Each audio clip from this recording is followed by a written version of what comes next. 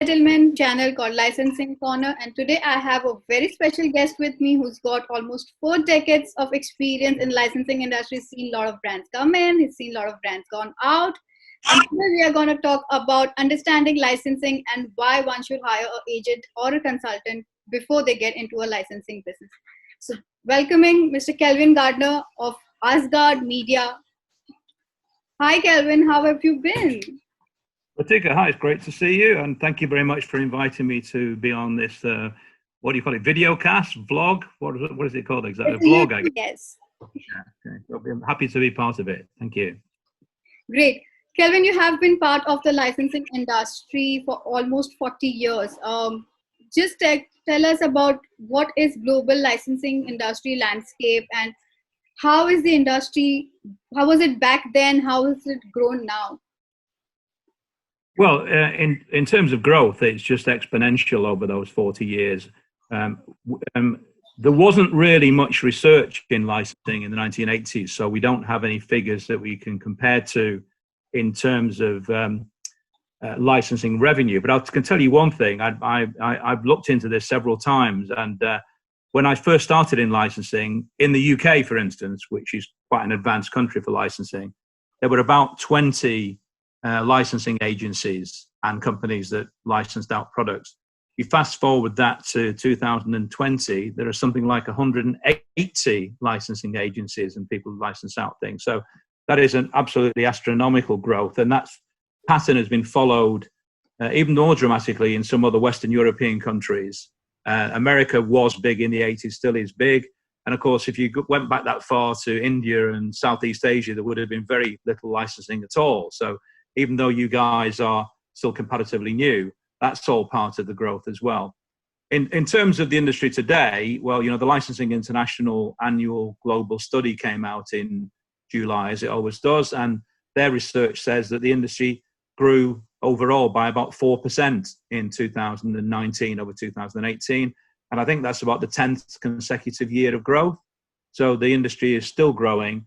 And as I said, when you imagine the scope in markets like China and India, we think it's got a long way to go still now. Amazing. So when you say there's a huge scope in India, I know you've been working with India market. We met way back in 2014 during the London licensing show Europe. And from there, we took over Lima in India and you were also part of it. What do you think is the scope of licensing in India?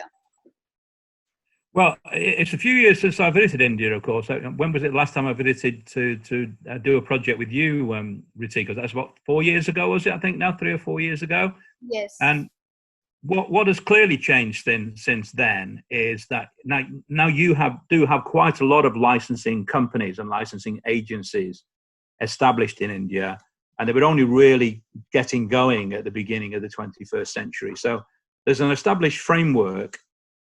What people told me when I was in India was that what you needed was a greater spread of organized retail before conventional licensing could take off in a big way. And it was explained to me how, you know, the traditional retail outlets in India, small outlets, the owners know their customers.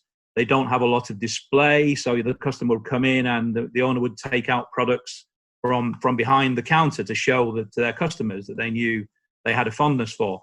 And clearly in that model, you don't get the options for discretionary purchasing by seeing something on a fixture in a window and deciding that you like it, you know, making that connection between the TV show and the product and just picking it up.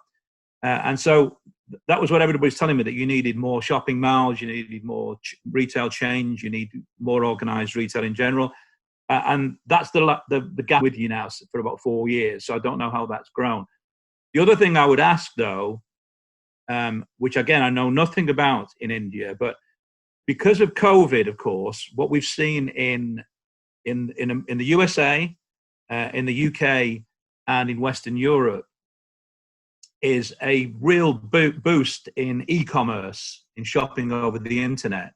Now, the UK and the USA were already very advanced in that market anyway, compared to some of the southern European countries like Italy and Spain have not been so advanced in e-commerce.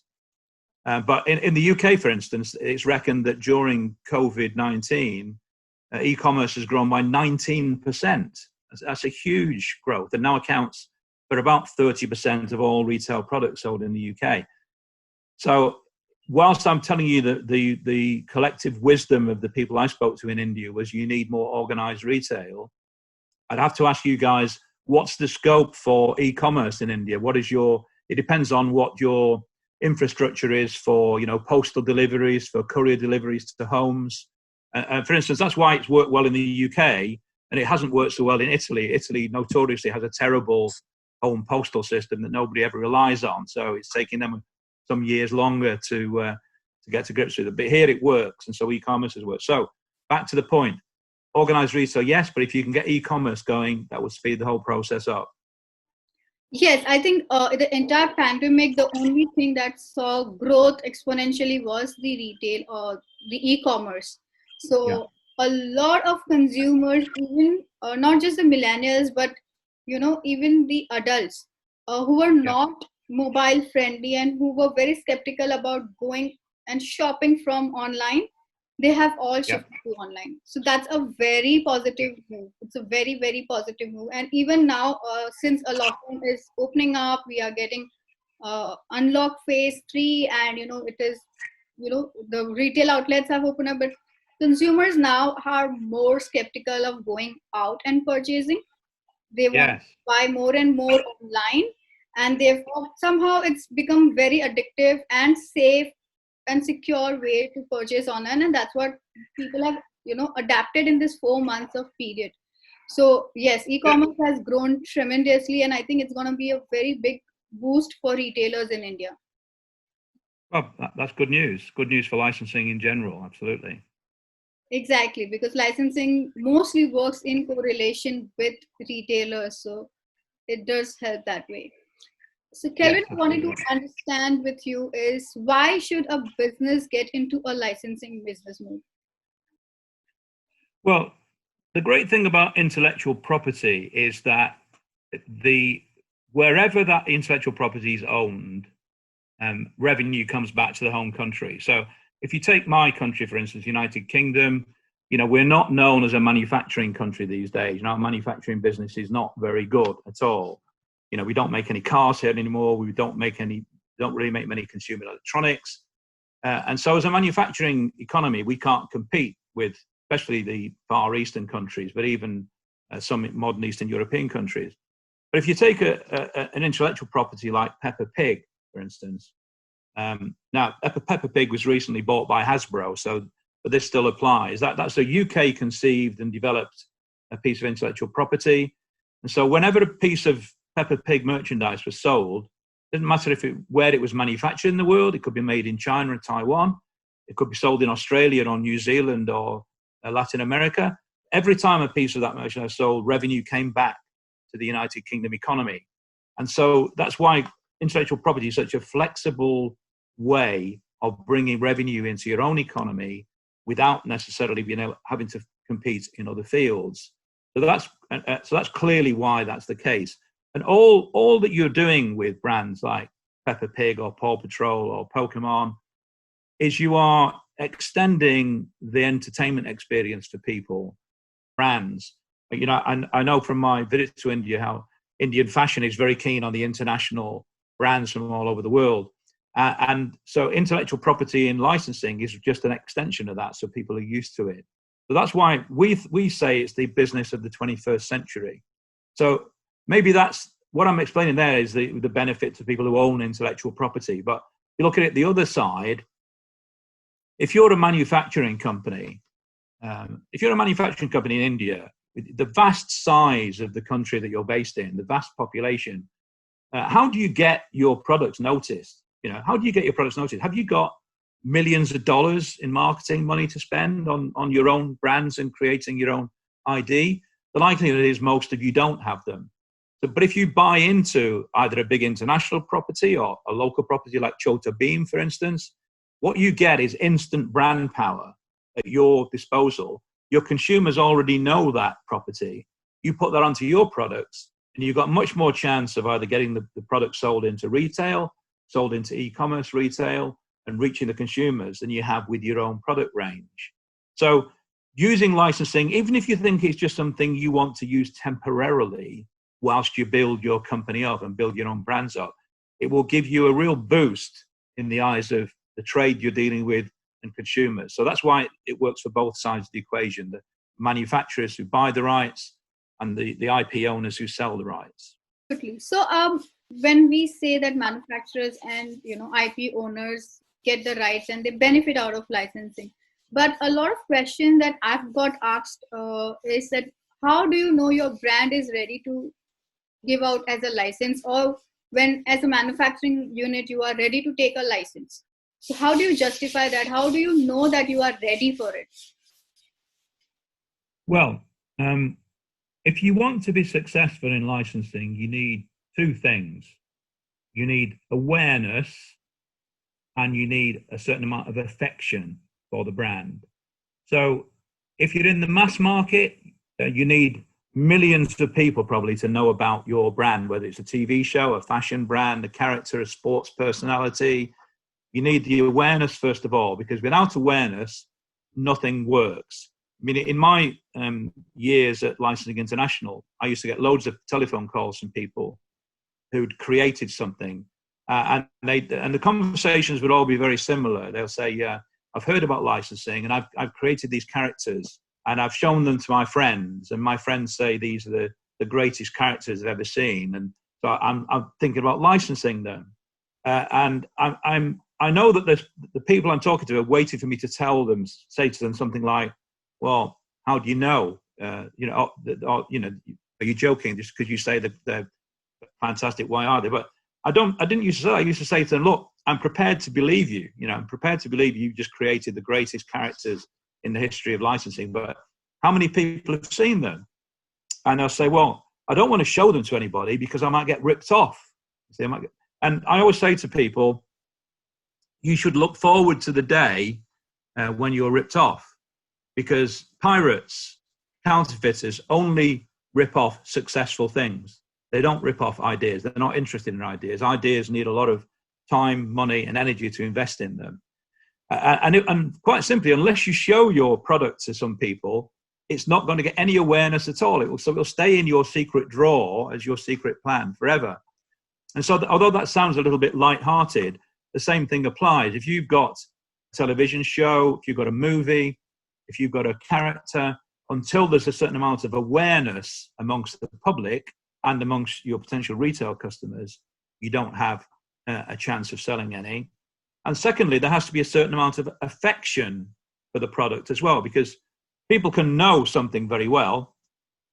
In worldwide, President Donald Trump is extremely well known, but I'm not sure there's that much affection for him in most parts of the world. So I'm not sure that a Trump licensing program would be of much use in the UK or India, for instance, in parts of America. Yes.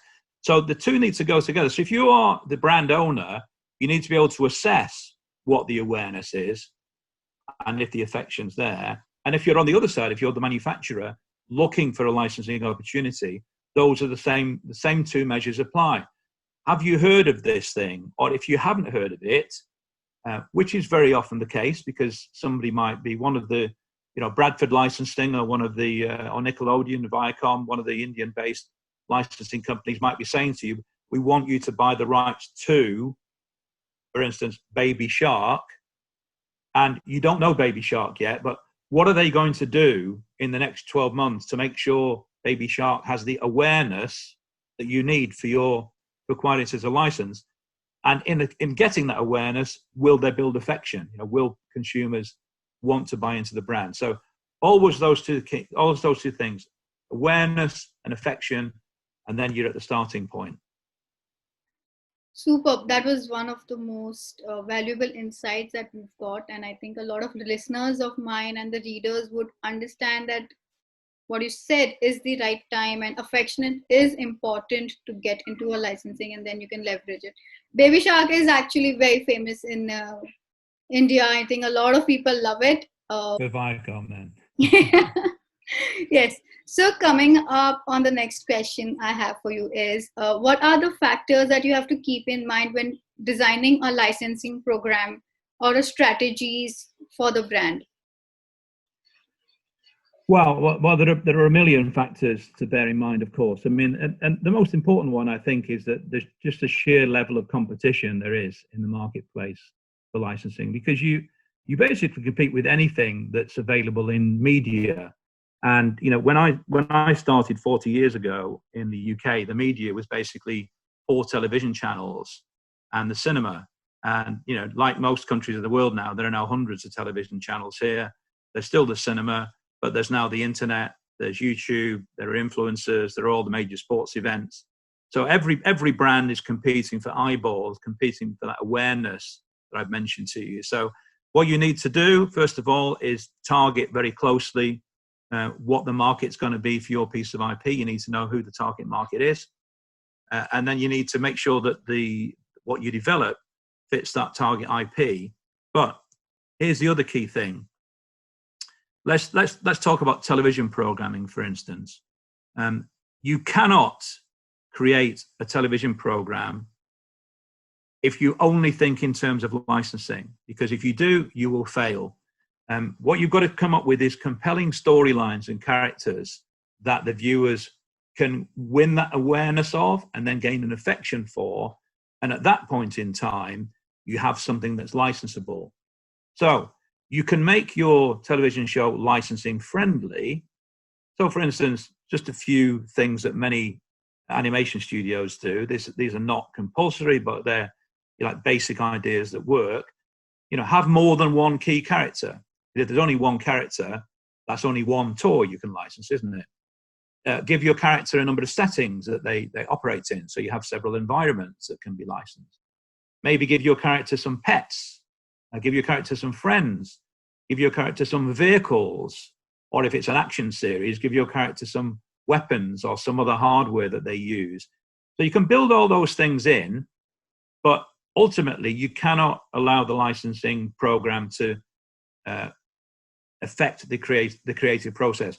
I mean, there's some famous examples of when that's been done and it hasn't worked, but one of the most famous is when the second series of Star Wars films were released at the turn of the millennium.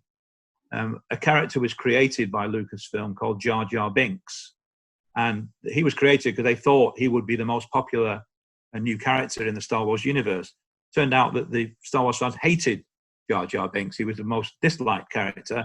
Conversely, the character they all liked, Darth Maul, was killed off in the first film.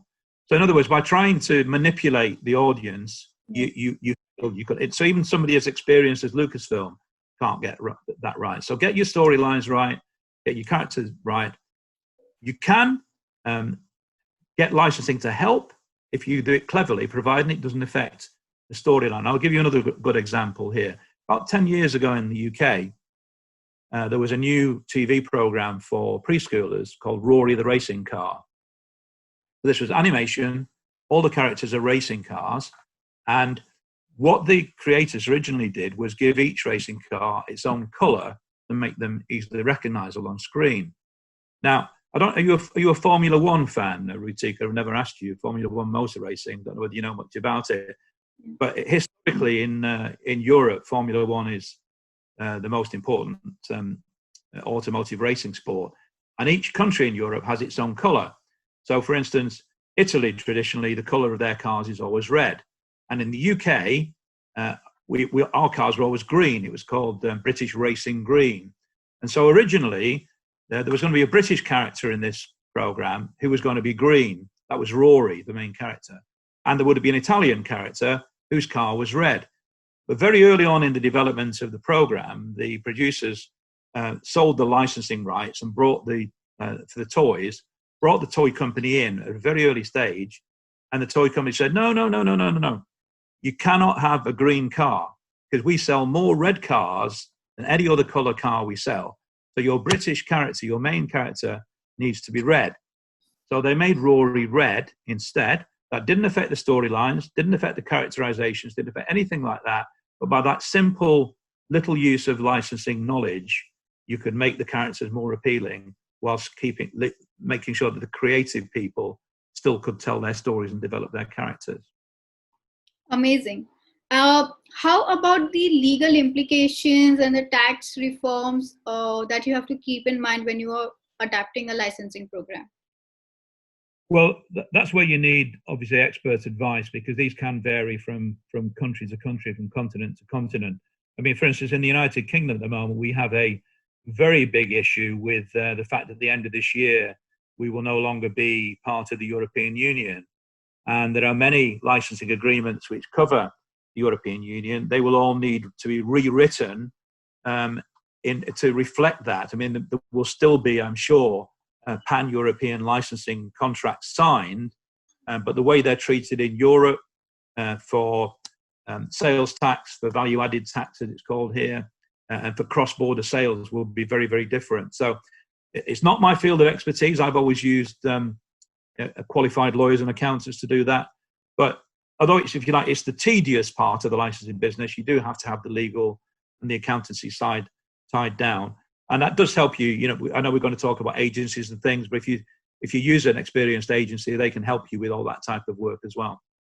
So coming on that next question, that is the agency part, that why do somebody need to hire an agency, and what is the difference between hiring an agency or a consultant? Okay, well, the difference between an agent and consultant is not really very well defined, it has to be said. I mean, our business, we call ourselves licensing consultants, but that's because we spend most of our time working with manufacturers. So we're helping companies to acquire licensing rights. Mostly the people who are agencies and use the word licensing agents do the opposite. They work for brand owners, for IP owners, and handle the sale of IP rights. Although there are a few people who do that, they still call themselves consultants. So, but generally speaking, if you own IP and you want somebody to help you sell it, you appoint an agent. If you're a manufacturer and you want somebody to help you acquire the right IP at the right price, you appoint a manufacturer's consultant, such as we are. Why would you do that? Well, let's talk about an IP owner first of all. There's certainly no need to appoint a licensing agent. You could go into the licensing business and hire personnel, hire experienced staff to do it for you. And in fact, some businesses do that from day one. You know, a very good example going back 7 or 8 years here was the early internet phenomenon here, Moshi Monsters, which was a huge brand in the UK. They decided straight away that they wouldn't use an agency. They hired experienced licensing people and did the whole project for themselves. And again, this is my personal opinion, but it's also my professional opinion from my years in the trade association. I always recommend to somebody who wants to put their IP into licensing for the first time to use a licensing agent, because there are many benefits to it. First of all, as I used to explain, if you appoint a licensing agent, you're not getting married to the licensing agent. You know, this will last you'll probably appoint them for 3 to 5 years at the most when you start. And in that 3 to 5 years, a lot of things can happen. First of all, you can learn a lot yourself about licensing, about how it works, and so on and so forth. And so at the end of that 5 years, you've got 3 choices. The relationship with the agent is going really well. And although you've learned a lot, you want to carry on working with the same agent. You've learned a lot and you think the agent isn't as good as they claimed. And so you've probably got enough to go and change to a different agent. Or you could say, after 5 years, I've learned so much about it, I can now do that in-house. I can hire my own staff and do it myself.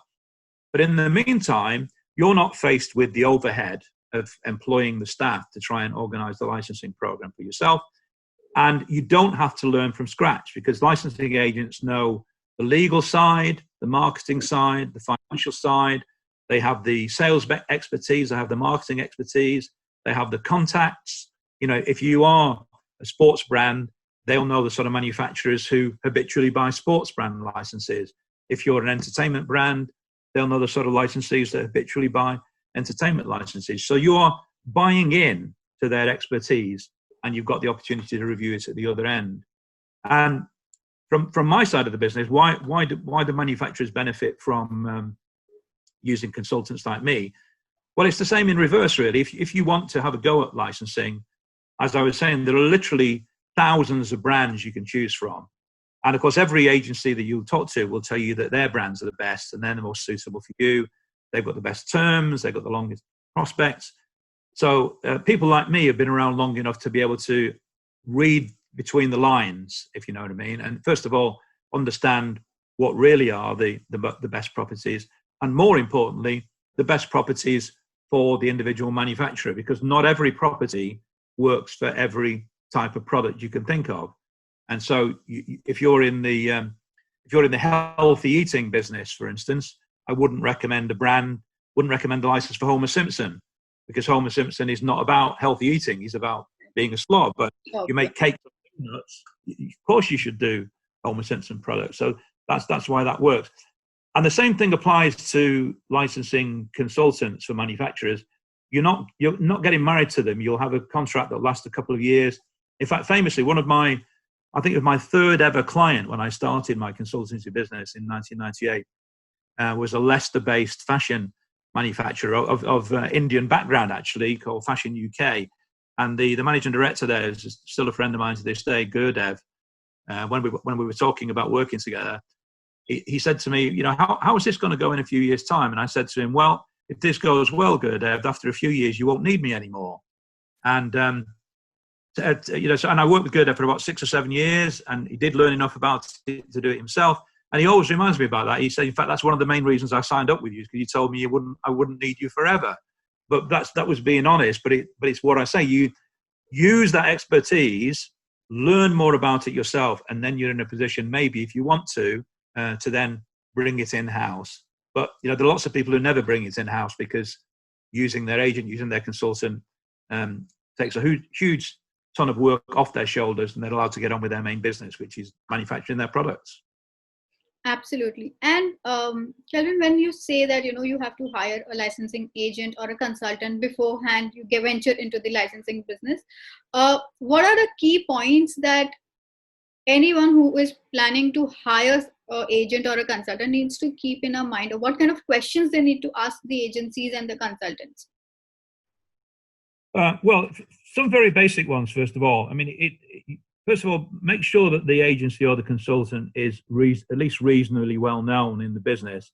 And you can find that out by looking at the licensing press or the licensing websites that are out there. It's a big help if the agent or the consultant is a member of Licensing International, because that's the trade association. But, there are some good agents and some good consultants who are not members, so I can't say only work with people from Licensing International. And then once you've established that they do have a presence and they are known in the business, you will be able to find out what terms they work on, and they tend to be industry standards. If they are, then you're probably talking about the right people. So most agencies, for instance, the way agencies are remunerated is through commission, and they normally charge something like 30 to 35% of all the revenue they bring in for you as the agent for your intellectual property. If somebody's asking you for 50 or 60%, then something a bit odd about that. That's not standard.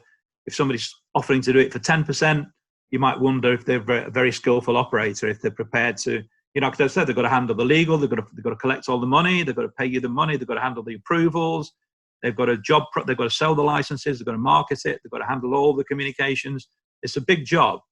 And so there's your first checks. And then the next thing is just to make sure you agree the scope of what the agent's going to do for you and what they're going to be charging for that. So it's always going to be around 30 or 35%. But you need to decide, for instance, who's going to pay for the development of what we call a style guide, which is the basic art resource that all the manufacturers will want. What happens if you're having trade shows? Will the agency pay for a stand at the Franco or BLE in London, for instance? If not, are you going to contribute to that? Get those elements sorted out in advance. And similarly, from consultants tend to work on different models. I mean, I've been doing this now for 20 years. I have some clients who pay me by retainer. I have some clients who pay me by commission. I have some clients who pay me a mixture of both. And I think you need to be flexible enough as a consultant to respect how your potential client would like to pay for your services. But again, make it understood what you'll get for those services. And there's no one standard. Some of my clients like to see me very regularly. And you're forgetting about COVID-19. Some of them like to be out in the marketplace talking to licensors themselves and then bouncing ideas off me, if you like. There's at least one of my clients who doesn't really ever like to leave the office. They like me to do 100% of their licensing work. So in that sense, if you're interested in a consultant as a manufacturer, don't think there's one way of doing it. You know, if the consultant's good enough, they'll be prepared to work to suit the style of your business effectively. And that's part of the campaign we've going at the moment. We're saying, you know, when we take on a manufacturer, we live and breathe their products. We learn their USPs, their mindset. We work the way they want to. If anyone wants to see that, there's a very, very short video on our website. It'll take 1 minute of your time that explains how that works effectively. But make sure they're well known, set the parameters of the deal, and you're ready to start. Awesome. And when somebody wants to be an agent, I mean, a lot of advertising agency, what I'm seeing right now, ad agencies and talent management agencies are now venturing into a licensing segment of a business where they are, for a lot of brands and celebrities, they are themselves pitching for a licensing and brand partnerships. And second of all, the thing is, a lot of brand licensing deals are not known as brand licensing, but more like brand extensions or strategic partnerships or a collaboration kind of a deal. So I want to understand from you, if as an agency, what is the right way of working towards a licensing program for any brand? What is the basic framework? I think it's more simple than that, Rutika. If you're an advertising agency, you're not a licensing agency. You're not a marketing partnership agency. You do not have the knowledge or the understanding to make it work. And if you try it, you'll make a lot of mistakes and probably make a lot of enemies along the way. So what you really should do is hire in some expertise. You know, you probably if you're in the agency business, you probably don't want to use a licensing agency, although there are examples of that around the world where marketing companies appoint a licensing agent. Yes. And it's also very common with celebrity management to hire licensing agents because managing the career of a musician or an actor is very different from handling their consumer products merchandise for a million, including the whole business of endorsements, which is one thing. It's completely different to licensing. So really, if you want to do it properly, you should either hire somebody who's already a licensing person to work for you, or again try and find an agency to do it, because otherwise you'll go into it with all the wrong ideas about how you're going to get paid, how the deals are going to work, what's going to be required. And with celebrities in particular, I've heard so many horror stories over the years of people getting this wrong. I mean, I won't name the names, but there was a very famous woman in the UK from, do you use the word reality TV in India for those type of shows where ordinary people are suddenly made famous? Do you use that term in India? I'm not sure if you do. Yeah. But there was a celebrity agent went and signed a licensing deal for somebody to make children's pushchairs and prams. Celebrity was pregnant, so they got a well-known UK manufacturer of children's buggies to buy the rights to the celebrity, and then next thing you know, that celebrity is in the newspapers pushing another pram by another brand, not the brand that she's licensed to this manufacturer, and that's because that whole thing was done by her managing agent, who just didn't have the first clue about how to make sure that she stays true to the brand once she's licensed it. So that's my message to anybody who's in advertising or marketing and is not in licensing. Get some expertise. Otherwise, I'm not going to go and try and become an advertising agency. I don't know any of those skills. Right. Get skills if you want to do licensing. Yes, I think that is where India is going wrong at certain places, because a lot of ad agencies are taking this strategic partnership call. A lot of PR agencies are getting into it as calling itself as brand extension or a brand partnership kind of a thing. And I think that's somewhere the whole licensing business and the whole community is getting lost in India, which is what I'm seeing with a lot of fashion designers who's got into brand licensing and extensions, a lot of bigger brands who's got into extensions. So that's the reason I wanted to have an expert opinion of you, that is it really something that a brand should look at? Because it definitely does not look good to me, because if you see few years down the line, it's going to be a flop show. Yeah, I mean, it can be partnerships can be managed. Partnerships and collaborations can be carefully managed, but they need to be managed within the overall licensing program. If it's not run alongside the licensing program, it is a recipe for disaster, and nobody knows who has the rights to what, when, how, for how long. So yeah, part of it, but well managed. Certainly not done on its own. Right. Kelvyn, coming up on your 40 years of experience into licensing, what is one innovative licensing program, or some product that has stuck with you over the 40 years, or you've seen, which is very innovative and a lot of consumers loved it? It's a very unconventional ideas. Well, innovation is a fantastic element for licensing, of course, because as new products or derivatives of products come along, so that increases the licensing opportunity. I mean, I started my career in licensing in the collectible stickers business, working for an Italian company called Panini, and then started my own company about 8 years later doing the same thing. And in the collectibles market, in those days, there were only collectible stickers. And then collectible trading cards came along. And then trading card games came along.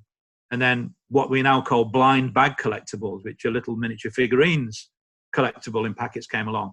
So that's just one example of how, the flat paper-based collectible over the 40 years has moved into all sorts of new formats, still pocket money, still available in the local retailer, but ones that many more companies are now involved in. In fact, stickers and trading cards, all the years I was in that business, we were not regarded as in the toy trade, but in the UK now they're considered toys. They go in the market with all the other toys you have. So, and of course, then anything else that comes into the market as licensing matures, you can have new products that you didn't think of for licensing. So clearly consumer electronics, things like, this sort of thing was never licensed for years. Now headphones are licensed all the time, it's popular characters. This one, for instance, is actually under license from a UK amplifier company called Ashdown. And that's their little stable. So, 30 years ago, you wouldn't have thought about licensing headphones or consumer electronics or anything like that. And in my particular case, we've got a client now who's actually a gin distiller, and he makes his own gin up in it's in Yorkshire. And we signed a contract just over a year ago. I went out to look for what would be a useful brand for him to license for gin. And we signed a license to do Downton Abbey gin. And that was the first alcoholic license that Universal Studios had licensed in Europe, for instance. Again, who would have thought you could license gin or whiskey or rum or beer? Yeah. So as the market matures, more and more products are coming into it. That certainly applies in the grown-up space, licensing for grown-ups, for adults. It used to be thought of that licensing was just for kids. Now, if you've got a strong enough brand, you think of another brand. Do you see the Peaky Blinders TV show in India, for instance, Rutika? Do you know Peaky Blinders? No. Like a program set in Birmingham. If it's not in India yet, go and buy the rights and sell it. It's very, very, very popular in the US and the UK. Now, that program is quite violent. It's entirely for grown-ups, but they've got a very thriving licensing program in consumer products, in apparel, in drinks, in lifestyle programs, and so on and so forth. So virtually anything can be licensed now if you do that. If you're asking me, what some of my favorite licenses are over all that time, well, I've loved for years and still do World Wrestling Entertainment. I think they've managed to start a licensing program in the early 1980s, and 30 years later it's still going strong. It's still one of the best action figure licenses, but they're huge in video games. Again, a product that wasn't a license 20 years ago. And they continue to come up with product innovations. They've just launched a new collectible, for instance, that I think will do well. I think the original Pokemon program from 1999, that was a wonderful success. Pokemon's still successful to this day, but I don't think they've quite got the licensing program as well organized as they had 20 years ago. And then I already mentioned, our great British success of the last 15 years, which is Peppa Pig, which is the first new British piece of IP that really has worked internationally. There are very few countries in the world that pepper hasn't proved enormously popular.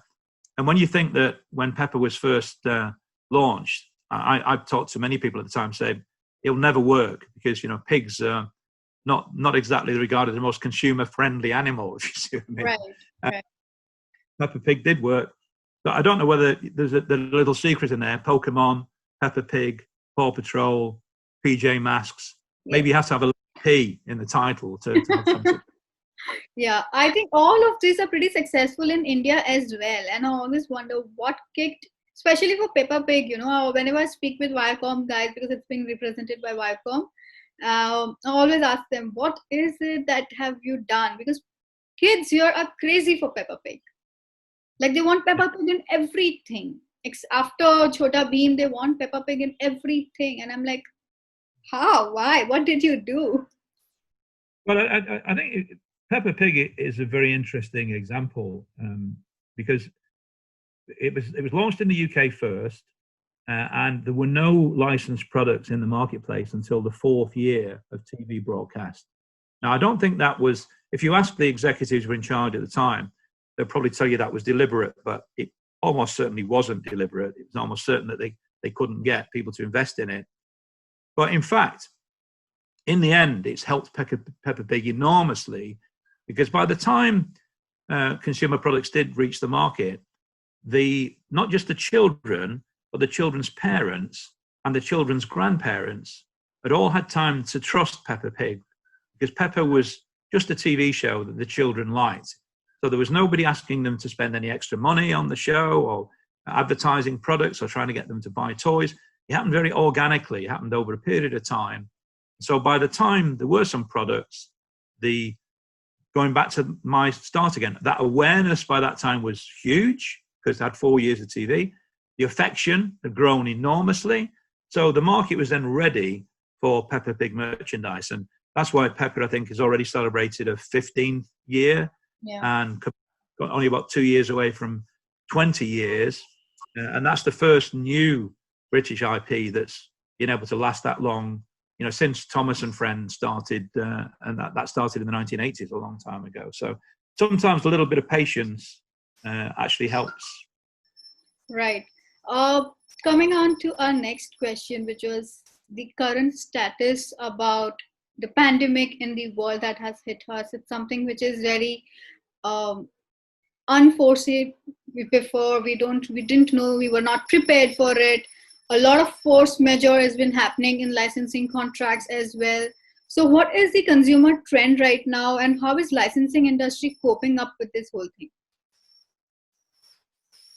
Well, consumer trends in a way have been put on pause because consumers are not out there spending money in retail the way they would typically do.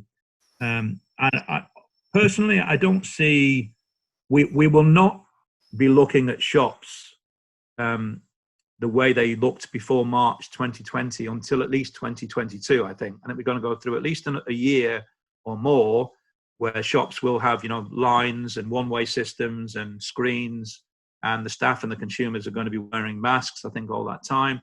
The number of people in the shops is going to be reduced.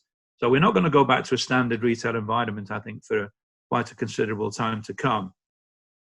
We've already talked that has benefited e-commerce as a way to buy things. And I was interested in what you had to say about the Indian consumer, maybe a bit skeptical at one point about it, but then, just trying once or twice. And, maybe they didn't expect to receive the parcel. They were so skeptical, but in fact, the parcel got delivered. And all of a sudden, you can trust e-commerce in a way that you couldn't trust the e-commerce before. I think what licensing is going to have to do, though, is just look at the way some of the fundamental construction of the deals work in order to facilitate licensing. And these are not original thoughts of mine necessarily. They're the sort of things that people are talking about all the time in licensing conversations I have.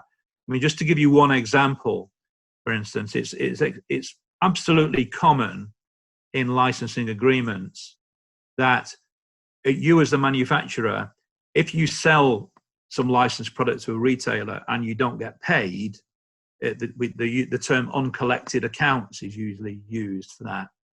That the licensor will still expect you to pay the royalties on those goods, even if you don't get paid for them.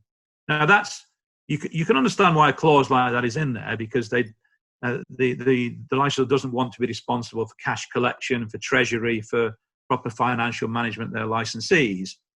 But of course, at the moment, the problem is you could ship 10,000 pieces of something to a retailer, and the next day the retailer closes down, and you don't get paid. And in those circumstances, why should you have to pay the royalties on goods you haven't sold? And if you are under obligation to pay them, maybe you won't accept the order because you think it's too risky. If I sell that product, not only do I not get paid for it, but I still have to pay my 10 or 12% to the licensor, which would be even more damaging. So that's just one little thing. I think that's going to have to change. I think I'm already seeing discussions where minimum guarantees are being looked at differently. They're going to be staged over longer periods of time, or the guarantees are going to be reduced, and we're going to find other ways to remunerate the agencies. So, for instance, one of the reasons why there are minimum guarantees is to make sure that the rights owners earn some money, whatever happens in the licensing equation. And IP owners rightly expect to be rewarded for the use of their IP. And if the licensee is very successful, then sometimes they think, they've been under rewarded for that. So, one way of dealing with that, not a new thought, but instead of having a $20,000 guarantee, maybe you have a $10,000 guarantee, but the royalty starts at 10%, and once the guarantee is passed, it goes up to 15%. So in other words, the licensor, the agent themselves, they share in that greater success, but they've reduced the risk down the line so that the licensee can still be confident about putting product into retail and continuing to seize opportunities rather than putting their hands up saying, I can't do that, too risky. Because once it becomes too risky, the whole industry collapses, really. So those conversations are going on, and I think we're going to see a lot of that sort of flexibility going forward over the next year or two. And I think that's the same place where one realizes that why you need an agent or a consultant to build that bridge of trust between the licensee and a licensor to an extent, right? Because yes, then you're dealing and negotiating with a lot of issues, not right from the point of minimum guarantee, but also on royalties, and then issues like this, like of force majeure. The more that you've lived through these type of things, the more easily you are to cope with the need to change. Basically, if you've not got much experience of it, you're going to be a bit scared of change, really. But if you've been around for long enough, you know the basic structure. You're able to look at it afresh and say, how can we? Let's face it. At the end of the day, IP owners want more manufacturers to come into the licensing business. They do. That's what they want. Manufacturers want more IP to be available to them to buy the rights for, so it increases their choice. That's what they want. And so we all have to make it work between us. And if that means changing some of the things that have been around for 20 years, well, that's what we've got to do. Amazing. So I think that's about it. Any last minute take that you want to give out to IP owners or manufacturers about the licensing industry and why they should adapt licensing as a business? Well, as I said at the beginning, licensing is an incredibly powerful marketing tool. If you own rights, if you own a piece of IP, you can make money out of licensing it, and you can spread the fame of your brand all over the place in ways you never thought of before. If you're a manufacturer, it can be a super fast way of getting your products into retail outlets that would never talk to you because, they don't like they don't like the Gardner brand, they don't like the Malaviya brand, but they do like Pokemon. Those are the magic words. So it's that magic brand power makes it a fantastic business. I can't think of a single product or service or brand that can't benefit in some way from licensing. And if you're in an emerging market for licensing, like India or Southeast Asia or Latin America, for instance, you've got you've got so much growth available to you. Get into the market now before everybody else does. Thank you so much, Kelvin. I think you have done a tremendous amount of work in licensing industry, and coming this from you, I think it's going to help a lot of our subscribers and readers to understand why licensing has been important.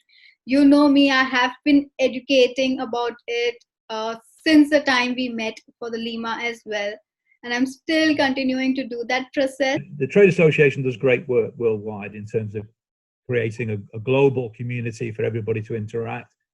But I would basically say that this is a very international business. Coming up in October, we've got the Festival of Licensing, which includes 3 virtual events, one for Europe, one for Southeast Asia, and one for the USA. Get involved in that. You don't have to get involved as an exhibitor. You can find links on websites. I'm sure you'll be telling your subscribers where to look. You can come and virtually visit without ever you don't have to get on a plane. You don't have to buy a hotel reservation. You don't have to put up with food.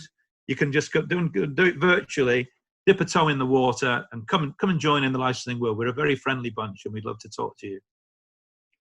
Absolutely, absolutely. Thank you so much, Kelvin, for making time for me and coming on board with us to talk about what is licensing and why we need to hire a licensing agent and a consultant.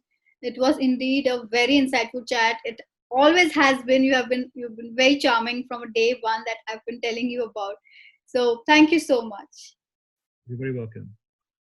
I'm doing this for my YouTube audience, and that is I'm doing a 45 minutes free consulting call on Zoom with you for your brand, talking about the challenges you are facing, talking about how you could monetize your brand, and then leverage it to the 10x growth method. So please do subscribe, hit the bell icon, and don't forget, if you have any queries on monetizing your content or monetizing your brand, or if you are a manufacturer, retailer, IP owner, whosoever you are, but you are stuck and you don't know how to monetize it, how to get out of that stagnant position of your brand and to make it 10x, come to me and we'll speak with you one-on-one basis, where we'll discuss what are your challenges, custom made specially for you. So that's it for today, guys. If you really like our content, please subscribe for my YouTube channel and share it with the people whom you think is this going to help. And the more we help more people, the better it is for us and for them to grow in these trying times. That's it for today, and I'll see you soon next week with a new type of licensing deal and some of the other fun candid chats with our guests.